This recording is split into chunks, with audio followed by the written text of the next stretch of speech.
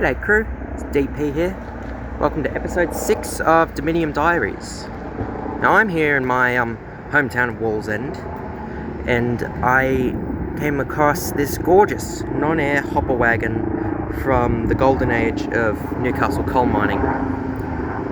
So we're going to have a little look around here, and I'll tell you a bit of the history and we'll all be good.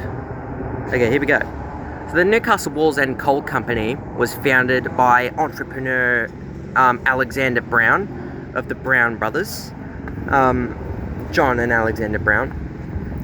And the company was originally founded in 1858, not long after Minmi Colliery opened, beginning their entry into the industry.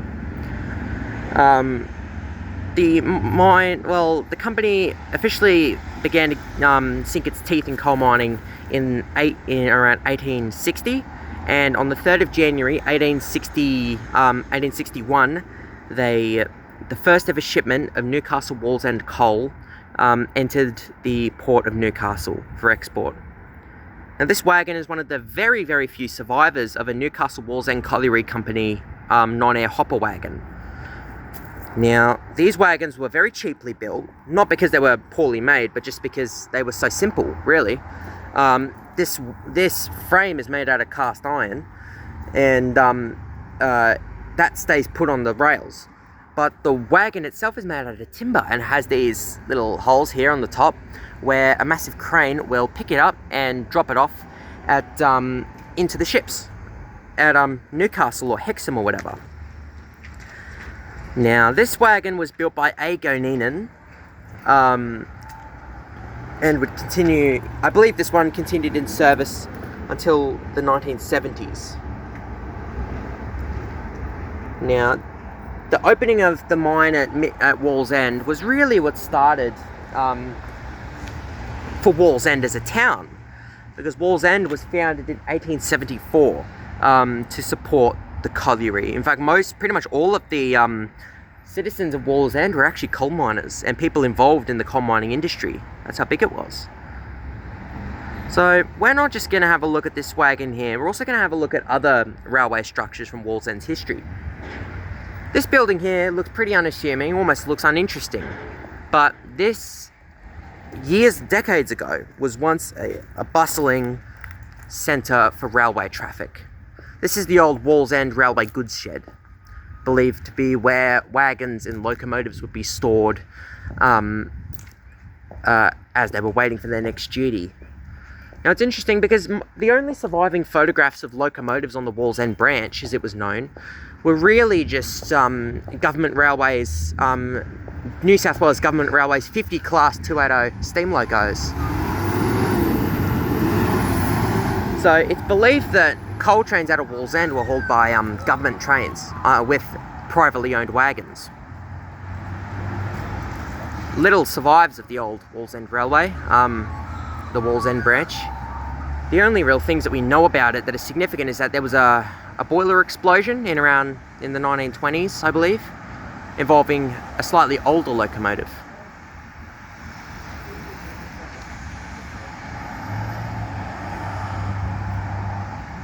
All of this would have been railway lines, it's believed, all up and down there.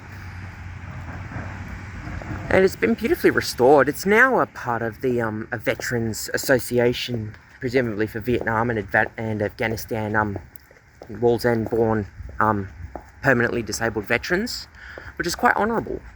See right here, the Totally and Permanently Disabled Soldiers Association of Australia. This is their Wallsend division.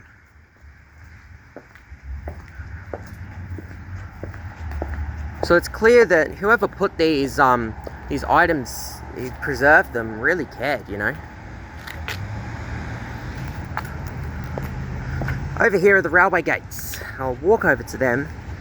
So I was mentioning how there was a private railway here in Wallsend, and that is true. There was a private branch going from Newcastle to Wallsend. I believe it branched off at Hanbury, which is on the Newcastle-Maitland line. Now, the only surviving remnants of Hanbury is the abandoned derelict signal box and the derelict railway station. Now, these gates Probably from the 1860s. Original. Oh boy.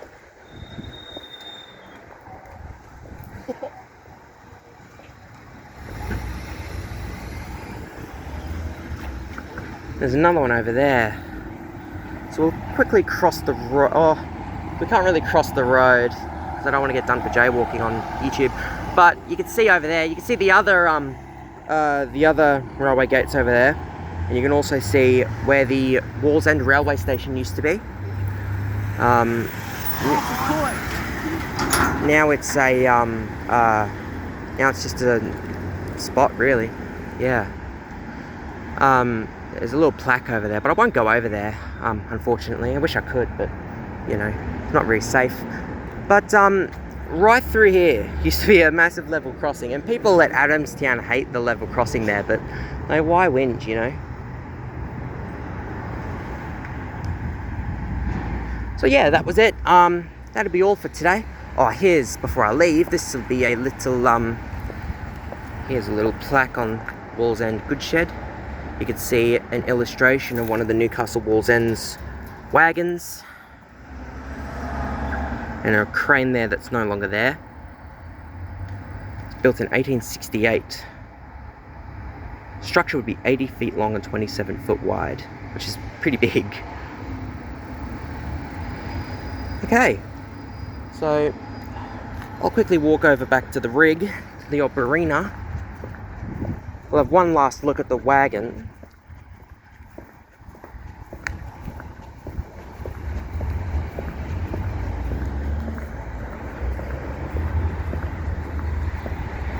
The car over there.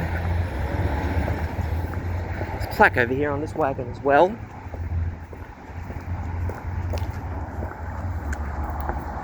See that there's a bit of history. I don't know if you can read that properly.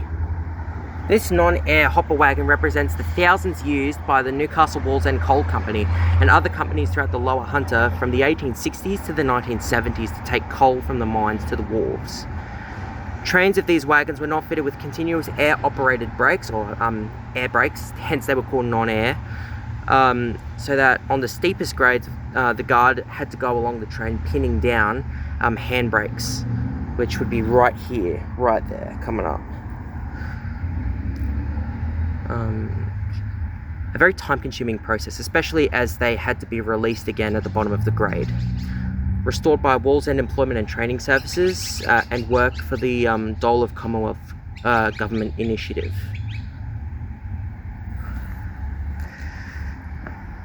You can see here, this is I'm not too sure what this is actually, but it works. Oh, there we go. Sorry about that. And you can see here, this is exactly where they would turn the brakes on. Well,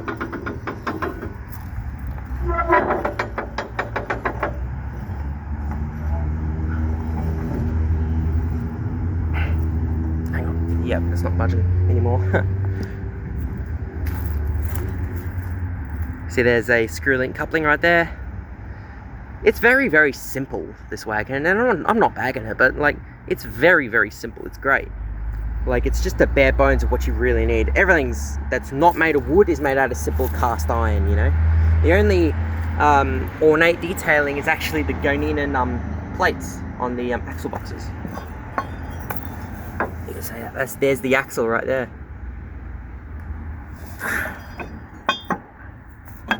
There's the axle in there. There we go.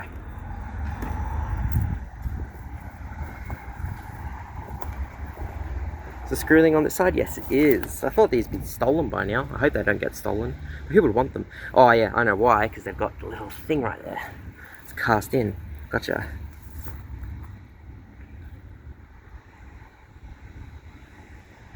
Well, okay. That'll be all for today. Thank you all for watching. I appreciate it very much. Stay happy, stay fine. God bless Australia. Keep it free. Alright. Hooroo.